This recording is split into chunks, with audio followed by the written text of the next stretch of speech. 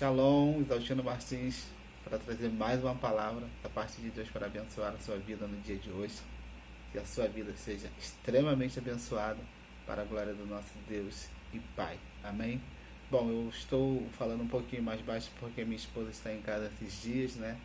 Ela pegou aí essa gripe pegou ela, então ela está em casa, então eu estou um pouco mais comedido na voz, mas isso não nos impede de fazer aquilo que Deus tem nos chamado para fazer, amém?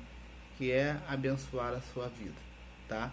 Então, antes de nós darmos sequência nessa palavra, né, do dia de hoje, quero pedir que, como de costume, né, que você nos ajude com a expansão da palavra e do crescimento do nosso canal, para que mais vidas sejam alcançadas por essa palavra transformadora, essa palavra libertadora, essa palavra que um dia me encontrou e transformou a minha vida, amém? Então eu quero pedir que você deixe aí o seu joinha, que você deixe o seu comentário, tá bom? Que você compartilhe, né, com as pessoas que você ama, com as pessoas que você gostaria que ouvissem essa palavra, e que você se inscreva no canal, tá bom? Além de ativar as notificações, né? Para que sempre que eu postar um vídeo novo, você receba aí esse vídeo em primeira mão, tá bom?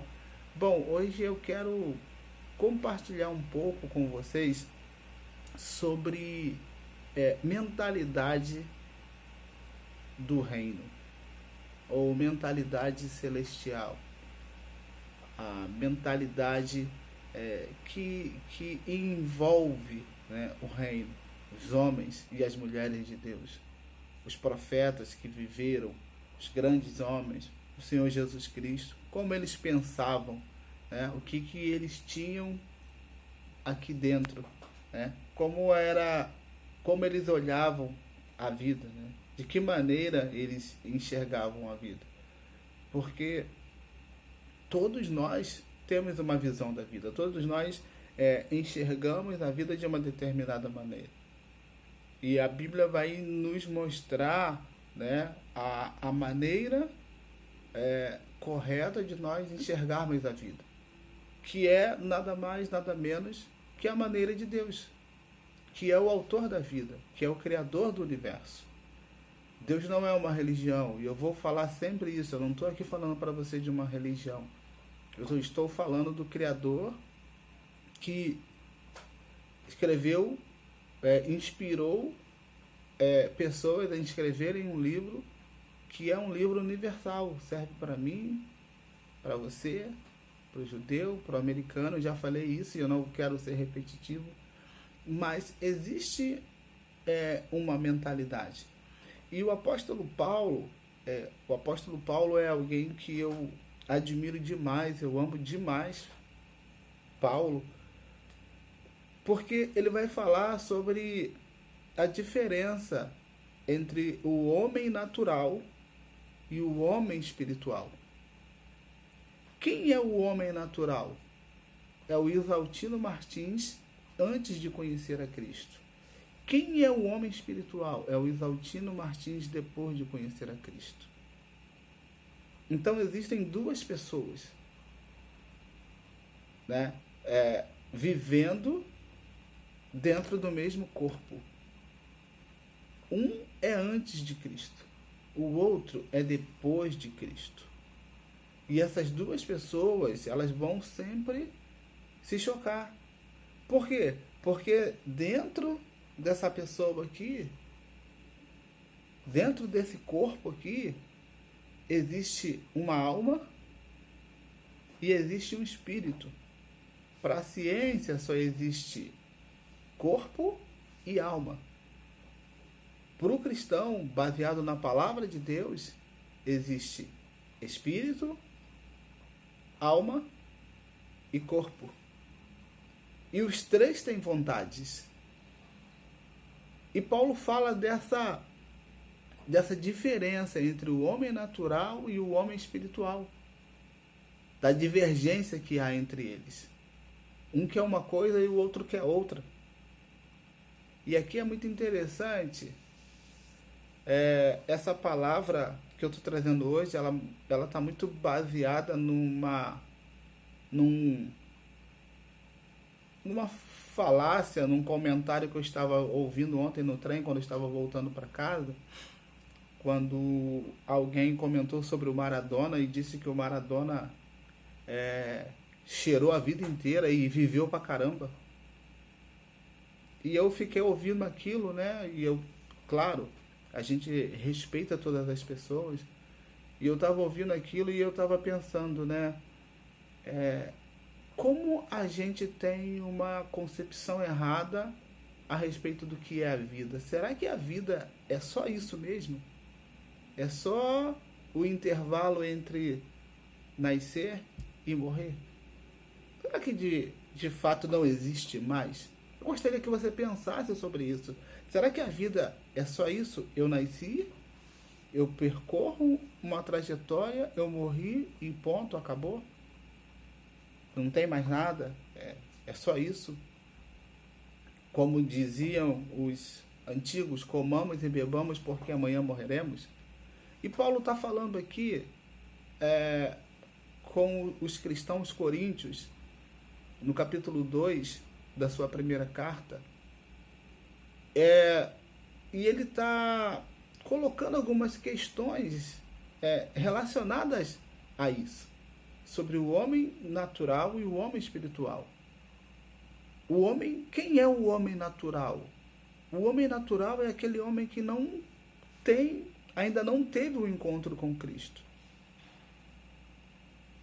Note, eu estou falando de encontro com Cristo, eu não estou falando de encontro com uma religião, eu estou falando de encontro com Cristo. Quem é Cristo? Cristo é o Senhor do universo.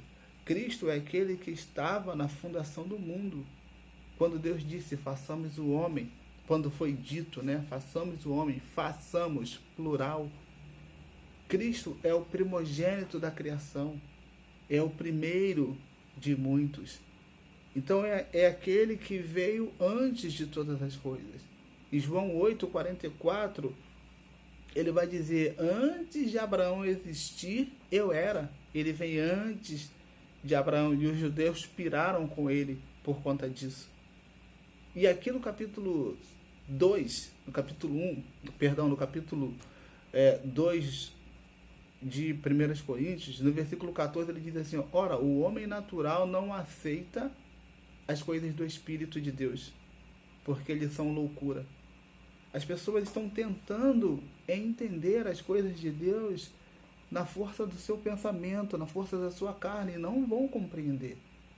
Não vai entender. E Paulo fala, e não pode entendê-las. É Paulo que está falando, é Deus que está usando Paulo para falar. Você, meu querido ouvinte, minha amada, meu amado amigo, que quer tentar entender as coisas de Deus através da sua mente pecaminosa, você não vai entender. Eu achei engraçado que o cara estava falando ontem, né? É um bando de hipócritas falando de nós cristãos, né? Todo mundo, a gente já nasce no pecado.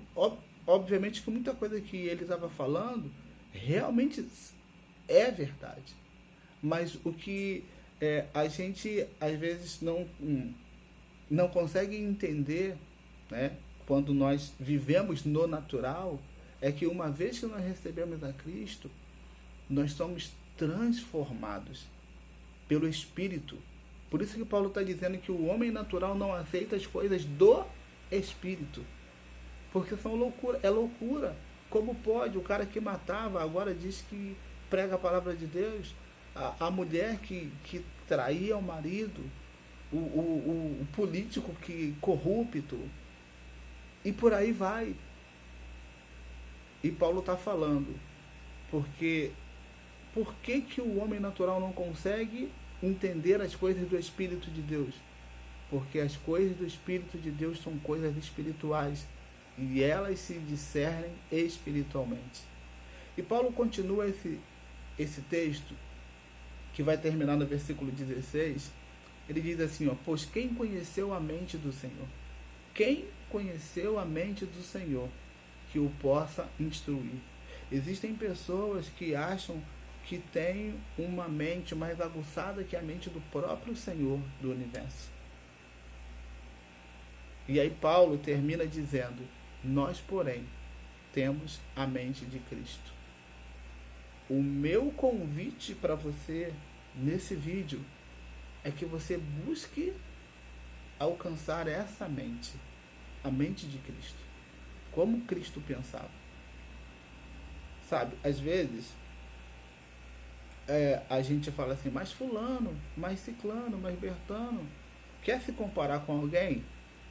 De verdade, compare-se com Cristo.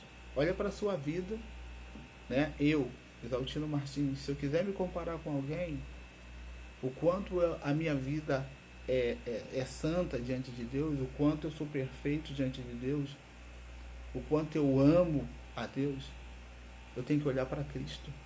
Quer se comparar com alguém? Quer ter um modelo na sua vida? Tenha Cristo como modelo. Você nunca vai se decepcionar.